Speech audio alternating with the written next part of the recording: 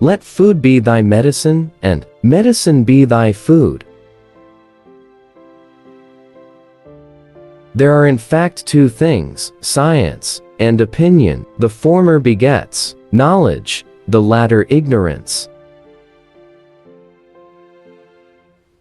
Wherever the art of medicine is loved, there is also a love of humanity.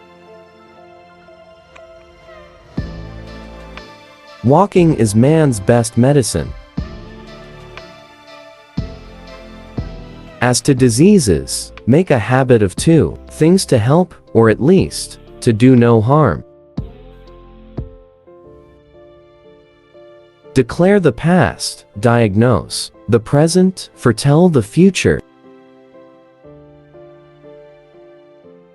Ars longa vita brevis, Acacio precepts, experimentum periculosum, judicium, difficile. Life is short, the art long, opportunity fleeting, experiment dangerous, judgment difficult.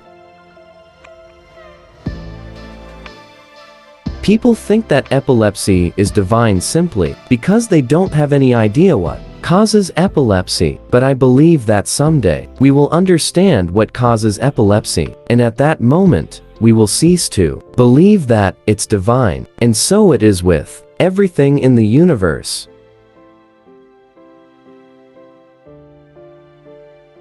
Life is short, art long, opportunity fleeting, experience treacherous, judgment difficult. The life so short, the craft so long to learn. It is far more important to know what person the disease has than what disease the person has. If you are in a bad mood, go for a walk. If you are still in a bad mood, go for another walk. Primum non nocirum, first do no harm. The natural healing force within each of us is the greatest force in getting well. Before you heal someone, ask him if he's willing to give up the things that make him sick. That which is used develops, that which is not used wastes away. A wise man should consider that health is the greatest of human blessings, and learn how by his own thought to derive benefit from his illnesses.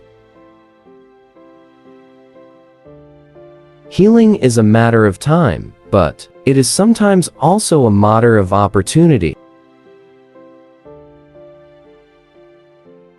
The soul is the same in all living creatures, although the body of each is different. Extreme remedies are very appropriate for extreme diseases. Natural forces within us are the true healers of disease. If we could give every individual the right amount of nourishment and exercise, not too little and not too much, we would have found the safest way to health. The physician must be able to tell the antecedents, know the present, and foretell the future, must mediate these things and have two special objects in view with regard to disease, namely, to do good or to do no harm. All parts of the body which have a function, if used in moderation, and exercised in labors in which each is accustomed, become thereby healthy, well developed, and age more slowly, but if unused, they become liable to disease, defective in growth, and age quickly. All disease begins in the gut. Cure sometimes, treat often, and comfort always. When sleep puts an end to delirium, it is a good symptom. Eunuchs do not take the gout, nor become bald. Disease is not an entity, but a fluctuating condition of the patient's body, a battle between the substance of disease and the natural self-healing tendency of the body. For if a man by magical arts and sacrifices will bring down the moon, and darken the sun, and induce storms, or fine weather, I should not believe that there was anything divine, but human, in these things, provided the power of the divine were overpowered by human. Both sleep and insomnolency, when immoderate, are bad. Vita brevis, ars longa, Casio precepts, experimentum periculosum judicium difficile. Persons who have a painful affection in any part of the body, and are in a great measure sensible of the pain, are disordered in intellect. The chief virtue that language can have is clearness, and nothing detracts from it so much as the use of unfamiliar words. In whatever disease sleep is laborious, it is a deadly symptom, but if sleep does good, it is not deadly.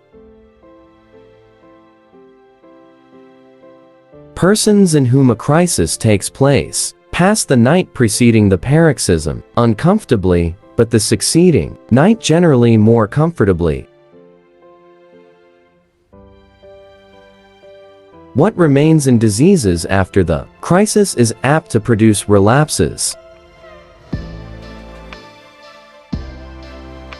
What medicines do not heal, the lance will. What the lance does not heal, fire will. When in a state of hunger, one ought not to undertake labor. All the most acute, most powerful, and most deadly diseases, and those which are most difficult to be understood by the inexperienced, fall upon the brain. In acute diseases, it is not quite safe to prognosticate either death or recovery. But if they called everything divine, which they do not understand, why there would be no end of divine things. Acora est ligata autempoi, s vises, tam m s circumstantius.